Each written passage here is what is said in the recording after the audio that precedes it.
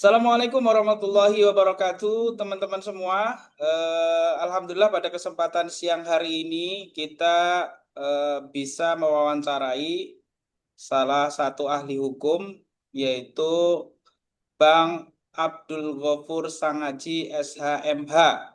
Dan pada kesempatan hari ini kita masih berbicara soal proses penangkapan saudara Sylvester Matutina yang sudah menjadi narapidana dan sampai dengan hari ini beliau belum juga diproses. Padahal menurut surat panggilan yang kemudian disampaikan kemarin pada Senin 4 Agustus 2025, Kejaksaan Negeri Jakarta Selatan sudah memanggil saudara Sylvester Matutina. Namun nampaknya tidak diindahkan sampai dengan hari ini, belum ada info lebih lanjut. Untuk itu langsung saja kita akan menyapa narasumber kita pada siang hari ini. Assalamualaikum warahmatullahi wabarakatuh, Bang Abdul Ghafur. Waalaikumsalam warahmatullahi wabarakatuh, Mas Arif. Iya, Bang Abdul Ghafur, itu di belakang nampaknya ada Dewi Fortuna ya, yang kemudian menjadi simbol keadilan di negeri ini. Tapi melihat apa yang hari ini terjadi, khususnya dalam kasus Sylvester Matutina, ini memang agak aneh. Nah, saya ingin menanyakan sebenarnya prosesnya itu seharusnya seperti apa sih, sehingga ini tidak menjadi polemik berlarut-larut. Jangan-jangan ini nanti akan versi dugaan ijazah palsu Jokowi juga akan seperti Sylvester Matutina ini berlarut-larut juga. Silakan, Bang Abdul Ghafur, eksplorasi Oke, dulu. Mas Arif. Ya, Selamat siang. siap. Eh, Assalamualaikum warahmatullahi wabarakatuh buat Waalaikumsalam. semua. Jadi sebelum saya ke situ, saya ingin update sebentar ya, Mas Arif ya. Kemarin itu saya bersama teman-teman dari Koalisi Perempuan Indonesia (KNPRI) ya. Kebetulan saya diminta sebagai salah satu tim hukum mendampingi koalisi perempuan yang semuanya itu adalah emak-emak ya, dan mereka tidak ada bohirnya, tidak ada yang mendanai mereka, tidak ada orang besar juga di belakang mereka. Kemarin itu kami mendatangi Kejaksaan Negeri Jakarta Selatan ya. Kedatangan kami itu adalah dalam rangka dua hal, yaitu Koalisi Nasional Perempuan Indonesia ya, yang merupakan the power of mak-mak itu ingin menyerahkan bunga mawar ya, bunga mawar kepada Kepala Kejaksaan Negeri Jakarta Selatan karena eh, surat permintaan informasi yang disampaikan beberapa hari sebelumnya oleh teman-teman eh, tim tim tim litigasi ya, tim litigasi dari Mas Roy Suryo CS Berarti itu telah artinya ini kemarin tanggal 5 ya, Bang Abdul tanggal Ghafur 5 ya. kemarin. Betul, Oke. betul kemarin. Kemarin ini saya update ke Ini hot news berarti ini ya. ya, hot news, betul, hot news. Dan ini informasinya akurat A1 ya. Ya. Eh, ini belum ada di channel lain soalnya informasi ini. Ya. Jadi kemarin itu kami datang ke sana, itu emak-emak itu membawa karangan bunga mawar warnanya pink sesuai dengan baju mereka. Mereka ingin menyampaikan rasa cinta dan hormat serta kasih sayang mereka kepada Kepala Kejaksaan Negeri Jakarta Selatan, ya. Jadi mereka ini adalah rekan jaksa, ya, atau sahabat jaksa lah, seperti itu. Kemudian yang kedua, kehadiran kami ke sana juga untuk meminta kepastian hukum dan penjelasan ya terkait dengan keluarnya putusan kasasi nomor 2876 kasasi PIT 2019 yang dikeluarkan oleh Mahkamah Agung terhadap terpidana Sylvester Matutina ya atas bukan dugaan lagi ya, tapi atas tindak pidana pencemaran nama baik yang dilakukan terhadap saat itu Wakil Presiden Bapak Yusuf Kala ya. Nah, sayangnya kedatangan kami ke sana itu tidak mendapatkan respon oleh pihak kejaksaan. Padahal 1 hari sebelumnya itu sudah ada keterangan resmi dari Kapus Penkum Kejaksaan Agung bahwa terkait dengan eksekusi putusan yang sudah berkekuatan hukum tetap atas nama terpidana Sylvester, itu monggo silahkan ditanyakan kepada pihak Kejaksaan Negeri Jakarta Selatan karena kewenangan itu ada pada Kejaksaan Negeri Jakarta Selatan, bukan kewenangan Kejaksaan Agung gitu ya. Karena perkaranya itu ditangani oleh Kejaksaan Negeri Jakarta Selatan. Kecuali perkaranya itu memang dilimpahkannya ke Kejaksaan Agung, tapi kan dilimpahkan dari penyidik Polres Jakarta Selatan, kemudian dilimpahkan ke Kejaksaan Negeri Jakarta Selatan, baru proses penuntutan pidananya dilakukan di Pengadilan Negeri Jakarta Selatan.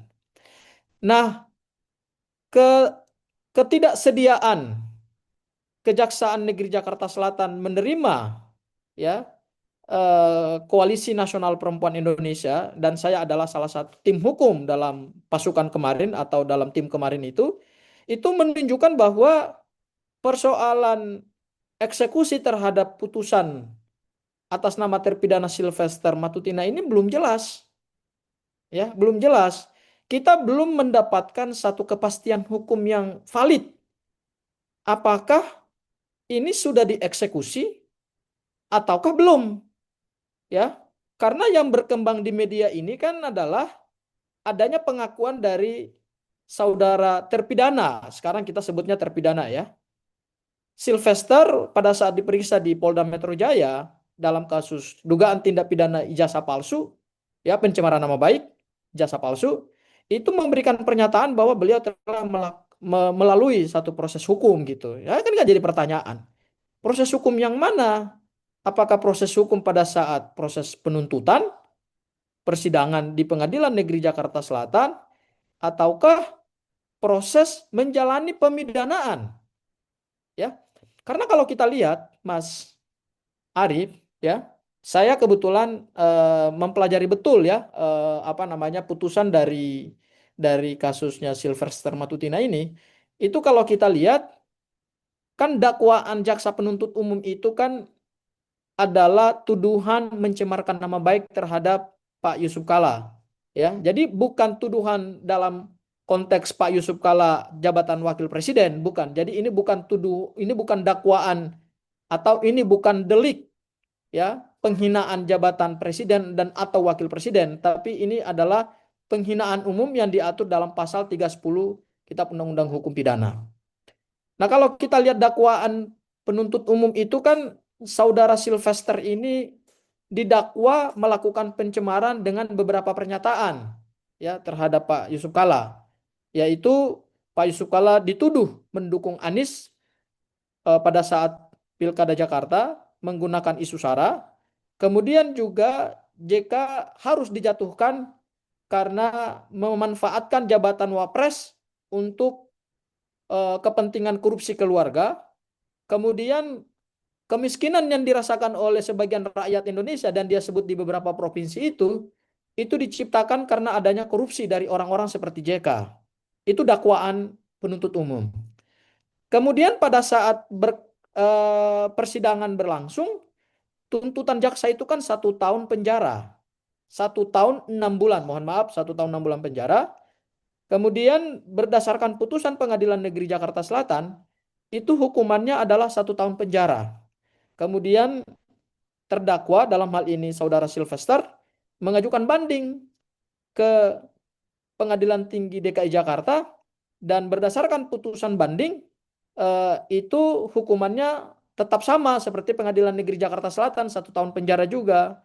Tetapi kemudian saudara Sylvester ini mengambil upaya hukum terakhir yaitu mengajukan kasasi ke Mahkamah Agung dan berdasarkan putusan kasasi 287 Kapit 2019 Hakim Judex Juris ya memperbaiki putusan Pengadilan Negeri Jakarta Selatan mengenai lamanya pemidanaan itu menjadi 1 tahun 6 bulan sesuai tuntutan jaksa penuntut umum dengan rasio desidendi ya dengan pertimbangan majelis hakim bahwa 1 tahun 6 bulan itu karena saudara Sylvester telah terbukti secara sah dan meyakinkan menyerang kehormatan, memfitnah dan menuduhkan sesuatu kepada pribadi Yusuf Kalla, Pak Yusuf Kalla mohon maaf, yang saat itu kedudukannya sebagai wakil presiden. Jadi ada pertimbangan dari Majelis Hakim Mahkamah Agung menambah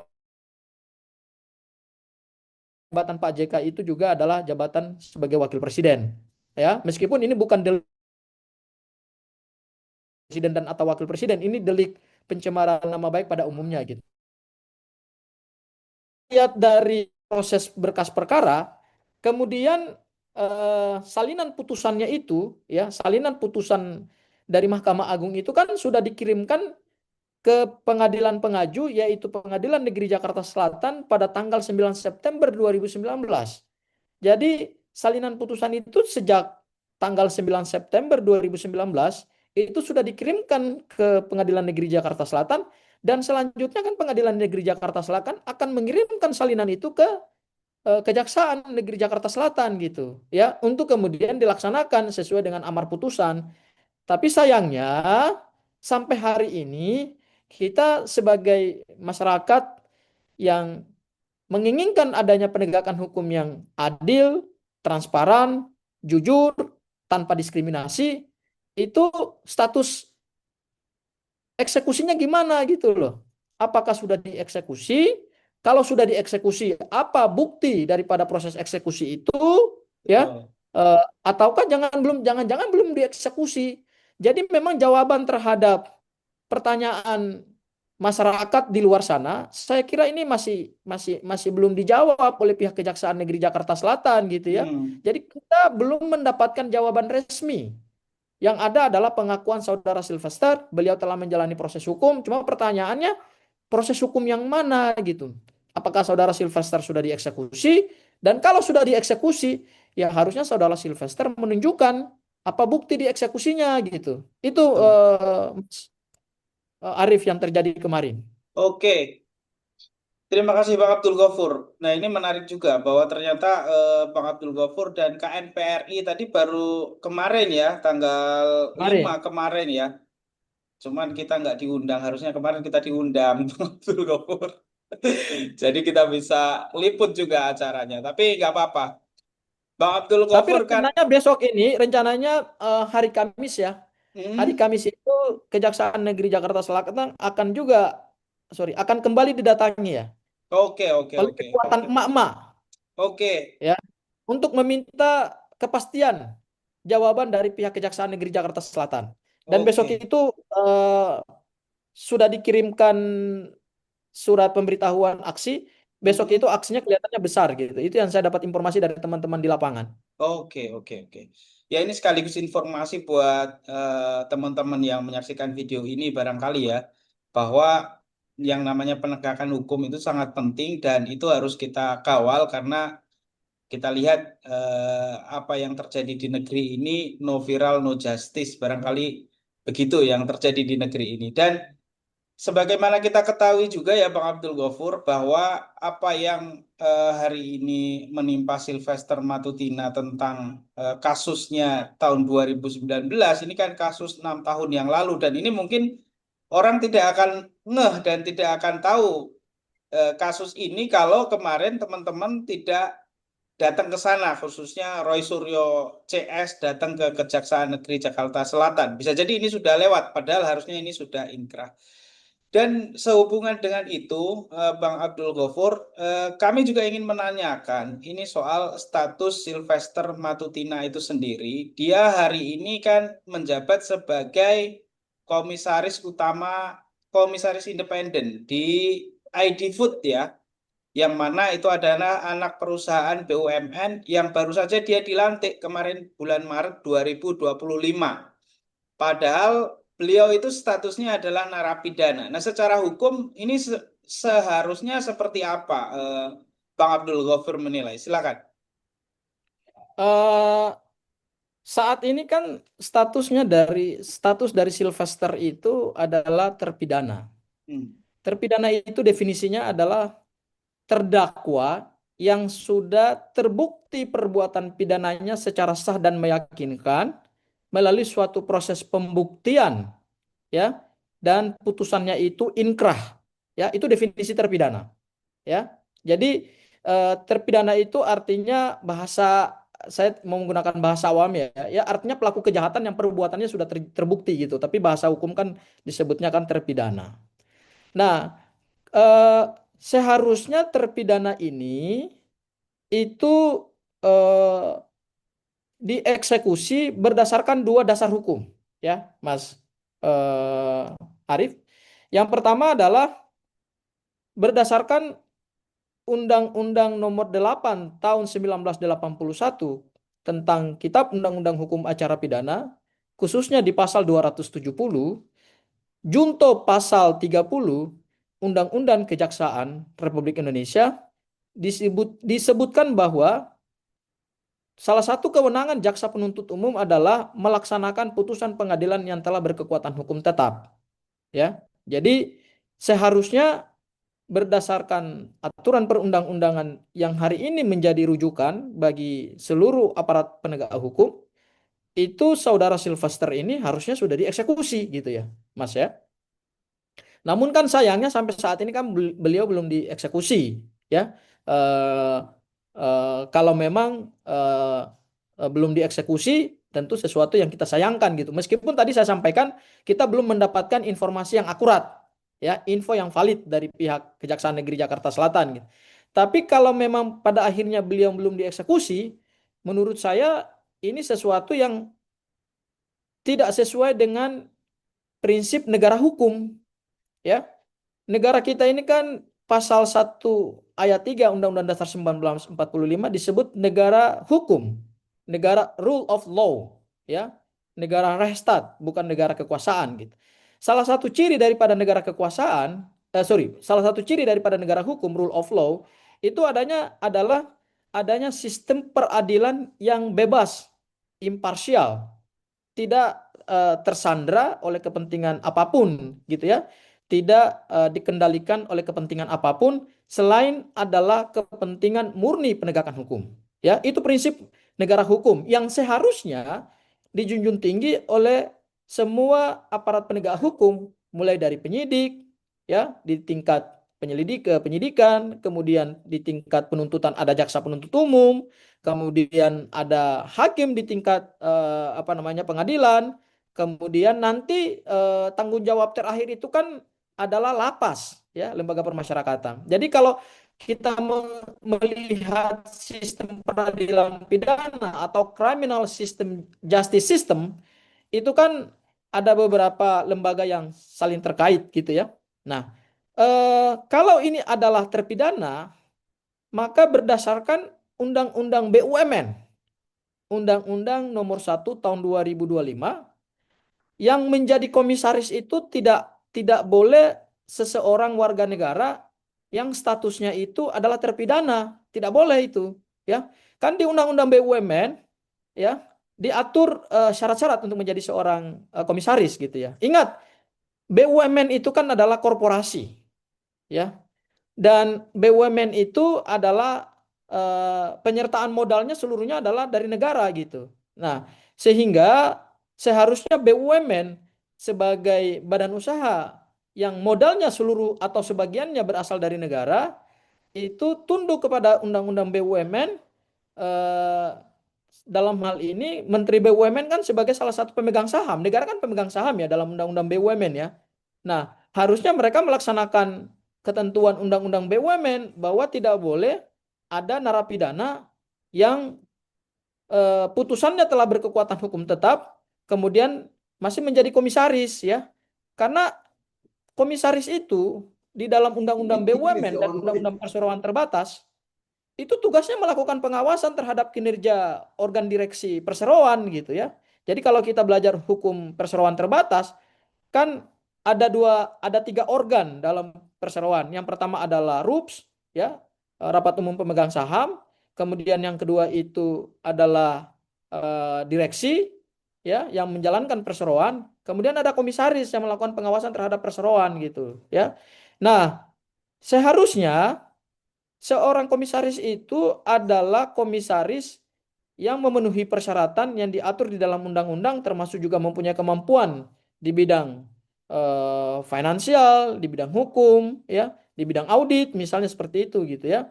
dan harus apa namanya punya waktu gitu ya, punya waktu untuk menyelenggarakan pengawasan terhadap perseroan gitu. Anda bayangkan coba, kalau seorang terpidana menjalankan masa pemidanaan di lapas, bagaimana dia bisa menjalankan kewenangannya sebagai seorang komisaris gitu? Itu kan tidak bisa gitu ya. Dan kalau seorang komisaris statusnya terpidana eh, tidak menjalankan kewenangannya dan tugasnya, tapi kan dia tetap menerima hak sebagai seorang komisaris gitu ya, mendapatkan gaji, mendapatkan tunjangan, yang angkanya kan kemarin disampaikan oleh Pak Said Didu itu kan, wow luar biasa, Miliaran. wah miliaran. Saya juga pengen tuh jadi komisaris gitu loh, Mas Arief. Ya, itu kan menggiurkan gitu. Ternyata rakyat tuh baru sadar kemarin, karena beliau kan orang-orang yang punya pengalaman ya Iya, iya, sebagai iya. pemerintahan gitu. Jadi tahu betul detail daripada gaji-gaji direksi, komisaris gitu. Makanya kemarin saya tercengang juga gitu ya melihat gaji seorang komisaris gitu seperti itu. Iya. Bayangkan kalau komisaris statusnya terpidana ada di dalam penjara, bagaimana dia bisa melaksanakan pengawasan terhadap perseroan gitu ya? Hmm, Karena gajinya masuk terus gitu ya, tunjangannya masuk betul. terus. Dan ingat loh, itu tunjangan seorang komisaris BUMN itu adalah datangnya dari uang rakyat. Hmm, Ya, jadi itu bukan bukan bukan uang pemilik pemegang saham, karena pemegang saham dalam perseroan terbatas itu adalah negara gitu, dan hmm. sumber sumber keuangan eh, ke sumber sumber permodalan BUMN itu kan adalah seluruh atau sebagian yang berasal dari keuangan negara, gitu Mas Arief. Oke. Artinya kalau begitu dalam hal ini menurut Undang-Undang Peraturan BUMN tadi secara otomatis Sylvester Matutina seharusnya tidak berhak menjabat sebagai seorang komisaris karena hari ini menjadi terpidana atau narapidana atau gimana, Pak Abdul Ghafur? Menurut saya ya, kalau kita mengikuti peraturan di dalam Undang-Undang Perseroan Terbatas, Undang-Undang 40 tahun 2007, ya, pengangkatan direksi maupun komisaris itu kan harus dilakukan melalui RUPS, Rapat Umum Pemegang Saham ya. Begitu juga di dalam BUMN, ya. Jadi dalam hal ini Menteri BUMN ya harus segera melaksanakan RUPS untuk mengganti saudara Sylvester Matutina yang saat ini kedudukannya sebagai komisaris di salah satu BUMN dan Hmm, status hukumnya kan terpidana gitu ya. Jadi salah satu-satunya cara untuk mengganti saudara Sylvester dari jabatannya sebagai komisaris itu hanya melalui RUPS ya, tidak bisa di luar itu gitu loh ya, karena nanti eh, dalam rapat umum pemegang saham itu bisa dilakukan RUPS luar biasa, kan ada di dalam undang-undang perseroan terbatas itu kan ada namanya RUPS tahunan, ada namanya juga RUPS luar biasa gitu ya. Ini mungkin bisa dilakukan RUPS luar biasa atau RUPS luar biasa, yaitu rapat umum pemegang saham luar biasa, di mana salah satu agendanya atau agenda terpentingnya adalah mengganti komisaris ya. gitu. Ya, jadi Sylvester hanya bisa diganti melalui RUPS luar biasa. Dan kewenangan menjalankan RUPS itu kan ada di pemegang saham, ya. Menteri BUMN itu pemegang saham loh, ya. Jadi harusnya eh, Menteri BUMN Pak Erick Thohir segera menyelenggarakan RUPS, memerintahkan untuk penyelenggaraan RUPS, dan kemudian komisaris yang statusnya sudah sebagai terpidana itu diganti dengan komisaris yang lain. Ya, Oke. seperti itu. Kalau Mas Arief tertarik untuk menjadi komisaris, bisa juga tuh mengganti Pak Sylvester gitu ya. Enggak deh. harus harus Gajinya punya besar loh ya. keahlian harus punya keahlian dulu itu minimal menjilat kayaknya itu Pak Abdul Ghafur. Waduh, kalau keahlian menjilat itu, keahlian itu nggak diatur di dalam undang-undang gitu loh, Mas. Itu masalahnya kalau kita lihat hari ini komisaris-komisaris yang kemarin disebutkan oleh Pak Said Didu itu kan menarik juga itu ya. Ada Sylvester, ada kemudian Ade Armando, ada Samara Amani, ada Denny JA, dan kita tahu orang-orang itu seperti apa. Baik Pak Eh, Abdul Ghafur. Kalau saya lihat begini, Mas Arief, ini Ya, sebenarnya praktek bagi-bagi jabatan sih ya. hmm, Praktek bagi-bagi jabatan dari para pendukung gitu ya. dari presiden terpilih kepada mungkin para pendukungnya. Hmm. It's okay sebetulnya ya, membagi jabatan itu nggak ada masalah gitu ya. Yang penting dasar pengangkatannya itu argumentasinya jelas gitu ya. Kita Hmm. ikutin aja pada peraturan perundang-undangan gitu ya. Punya keahlian, keahliannya kan harus jelas ya, keahlian teknis, keahlian hukum ya, keahlian finansial gitu ya.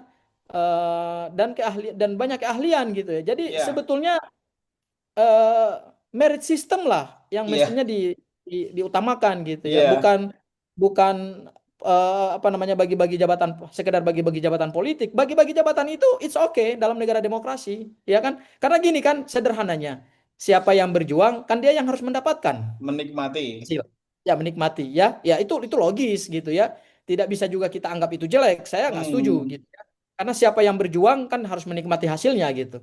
Cuman kan Hmm. masalahnya adalah ketika kita mau menempatkan orang-orang, kita kan harus menempatkan the right man on the right place. Nah, Orang itu yang dia. tepat di tempat yang tepat.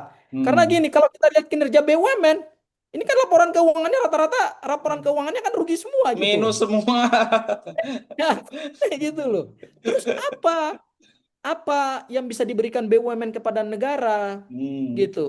Sementara kalau kita lihat BUMN operasionalnya itu BUMN yang mengalami defisit anggaran itu kan banyak PMN, penyertaan modal Betul. negara. Dan penyertaan modal negara itu kan asalnya dari pajak yang dibayar oleh eh, Mas Arief, oleh saya, oleh mak-mak yang ada di Koalisi Nasional Perempuan Indonesia itu, oleh ibu-ibu yang ada di ujung Papua, ujung Maluku, ujung Aceh sana gitu kan, oleh tukang beca, ya, oleh Betul. oleh Gojek, itu kan mereka membayar pajak gitu ya. Dan Betul. itulah dijadikan sebagai modal BUMN, penyertaan modal negara. Ya, Hmm. sayang uang sebanyak itu dikelola oleh orang yang tidak tepat. Nggak apa-apa orang dekatnya presiden, ya, tapi haruslah orang yang tepat, bukan orang yang Hmm. gampang, bukan orang yang dijadikan sebagai buzzer gitu loh. Janganlah menempatkan buzzer gitu loh. Ini prinsip gini, BUMN itu kan harus menerapkan prinsip corporate good governance. Hmm. Ya, kan salah satu yang menyebabkan ketidakefisienan dalam manajemen BUMN itu kan adalah praktek BUMN yang tidak sesuai dengan good corporate governance. Oke. Mas Arief. Terakhir nih, Pak Abdul Ghafur, dan ini mungkin menjadi pertanyaan kita bersama ya. Bagaimana tentang status hukum Pak Sylvester Matutina terkait pelaporan Sylvester dalam kasus dugaan ijazah ijazah palsu yang hari ini bergulir? Kemarin kan kita lihat Pak Sylvester ke Polda Metro Jaya hari Senin itu dan dalam rangka menambahkan bukti laporan atas apa yang kemudian disampaikan oleh Roy Suryo dan kawan-kawan soal fitnah dan lain sebagainya. Nah, ini status hukumnya seperti apa, Pak Abdul Ghafur? Apakah itu bisa diterima oleh Polda Metro Jaya jika Sylvester ini statusnya sebagai narapidana? Silakan. Ya, terakhir ya, saya tadi ingin membuka sebenarnya, cuman saya lupa. Di gambar saya ini adalah Dewi Keadilan. Dewi Fortuna ya. Dewi Keadilan. Dewi Hmm. Keadilan ini adalah salah satu simbol penegakan hukum. Hmm. Ya, tangan beliau itu ada timbangan, kemudian ada pedang dan matanya ditutup. Matanya Ya, tertutup. ya, matanya tertutup. Dari tiga simbol itu, mata yang tertutup itu artinya penegakan hukum itu tidak boleh pandang bulu, tidak Hmm. boleh melihat siapapun, apakah orang ini dekat dengan kekuasaan atau tidak dekat dengan kekuasaan. Ya, pedang itu adalah simbol ketegasan. Ya, penegakan hukum itu harus tegas. Siapapun orangnya, ketika terbukti secara sah dan meyakinkan melakukan tindak pidana, maka harus dieksekusi sesuai dengan putusan pengadilan. Hmm. Kemudian di situ adalah timbangan. Timbangan ini adalah timbangan kebenaran. Ya. Nah, terkait dengan pertanyaannya Mas Arief, ini sesuatu yang kita sayangkan gitu ya. Seorang terpidana, karena gini, kalau terpidana membuka laporan yang sekarang statusnya terpidana, maka secara otomatis laporannya harusnya digugurkan. Karena Oke. kenapa? Karena seseorang yang kalau sudah masuk di dalam lapas, ingat loh, lembaga permasyarakatan itu adalah lembaga pembinaan. Hmm. Sylvester ini dari terpidana kan akan menjadi warga binaan. Warga binaan itu adalah narapidana yang dibina oleh negara dalam satu sistem lembaga permasyarakatan. Ya, tujuan daripada lembaga permasyarakatan itu adalah warga binaan setelah dalam masa tertentu, dalam waktu tertentu menjalani masa pemidanaan, dia insyaf, tidak boleh lagi melakukan perbuatan yang sama, dia sadar akan kesalahannya, kemudian dia memperbaiki diri. Jadi kalau saudara Sylvester Matutina nanti keluar dari lembaga permasyarakatan, tujuannya cuma itu, ya, Hmm. memperbaiki diri, gitu. Nah, ketika saudara Sylvester mengajukan laporan kepada seseorang di Polda Metro Jaya dan statusnya sebagai pelapor, kalau statusnya saksi beda, beda. Jadi kita Oke. harus bedakan. Kalau Sylvesternya saksi, nggak ada masalah, karena pelapornya orang lain, ya. Hmm. Nanti dalam proses pemeriksaan di persidangan, misalnya kalau perkara ini naik ke persidangan, nanti saudara Sylvester tidak dihadirkan sebagai saksi karena statusnya udah terpidana, ya. Hmm. Nanti saksinya adalah saksi yang lain gitu. Tapi kalau saudara Sylvester statusnya sebagai pelapor, menurut saya begitu dia terpidana, ya proses hukumnya nggak bisa dilanjutkan. Hmm. Kenapa nggak bisa dilanjutkan? Karena bagaimana mungkin seorang terpidana yang sudah menjalani masa pemidanaan itu kemudian menjalani pemeriksaan gitu loh dalam proses hukum yang dia sebagai pelapor gitu ya. Sementara Hmm. seorang narapidana itu kan keluar dari lapas atau rutan itu kan ada yang ketat gitu di situ. Ya, jadi Hmm. menurut saya seharusnya ketika nanti saudara Sylvester dieksekusi, kita berharap dieksekusi ya. Kalau memang belum dieksekusi, harusnya dieksekusi gitu ya. Belum dieksekusi, dieksekusi. Karena gini, saya ingin menjelaskan proses eksekusi. Ya, saya lupa tadi. Eksekusi narapidana itu ada tahapannya, Mas Arif. Hmm. Hmm. Yang pertama setelah putusan keluar, ya, itu harus ditindaklanjuti oleh Kejaksaan Negeri dengan mengeluarkan P48, namanya surat P48. Apa Surat itu? P48 adalah surat yang dikeluarkan oleh kejaksaan, kepala kejaksaan memerintahkan jaksa penuntut umum untuk melakukan eksekusi terhadap terpidana. Tapi eksekusinya belum selesai. Setelah Oke. keluar 48, harus ada berita acara eksekusi. Ya, berita acara eksekusi itu akan ditandatangani oleh tiga pihak, yaitu Kalapas atau Karutan, kemudian terpidana, kemudian jaksa penuntut umum. Ya, Hmm. dengan adanya berita acara eksekusi itu berarti terpidana dari tangan jaksa diserahkan ke rutan atau lapas. Penyerahan terpidananya gitu. Nah, apakah ini sudah dilakukan belum? Nah, ini kita nggak tahu nih. Oke. Ya kan? Nah, dan yang terakhir, setelah dia menjadi warga binaan dan menjalani masa pemidanaan, bukti selesai pemidanaannya itu cuma satu, akan keluar surat bebas dari Kalapas atau Karutan. Apakah surat bebas bersyarat, pembebasan bersyarat, ataukah bebas setelah menjalani semua masa pemidanaan. Nah, Hmm. ini surat kalau ada di Sylvester Matutina, ya silakan ditunjukkan. Karena satu-satunya Hmm. bukti saudara menjalankan masa pemidanaan itu adalah saudara bebas.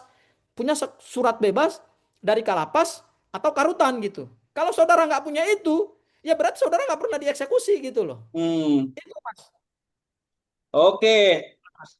Ini menarik banget diskusi kita sebenarnya, tapi karena waktu ya, memang sengaja ini kita tidak buat terlalu panjang gitu, Mas Abdul Ghafur, supaya mempersingkat teman-teman yang nonton. Dan insya Allah tadi sudah menjawab banyak hal ya, seperti statusnya sebagai komisaris, kemudian statusnya sebagai pelapor atau saksi pelapor tadi sudah terjawab semua, dan sekaligus proses dari Kejari Jakarta Selatan seperti apa. Dan mudah-mudahan ini bisa bermanfaat kuliah hukum kita lagi yang kedua. Ini nanti kita akan berseri, Mas Abdul Ghafur.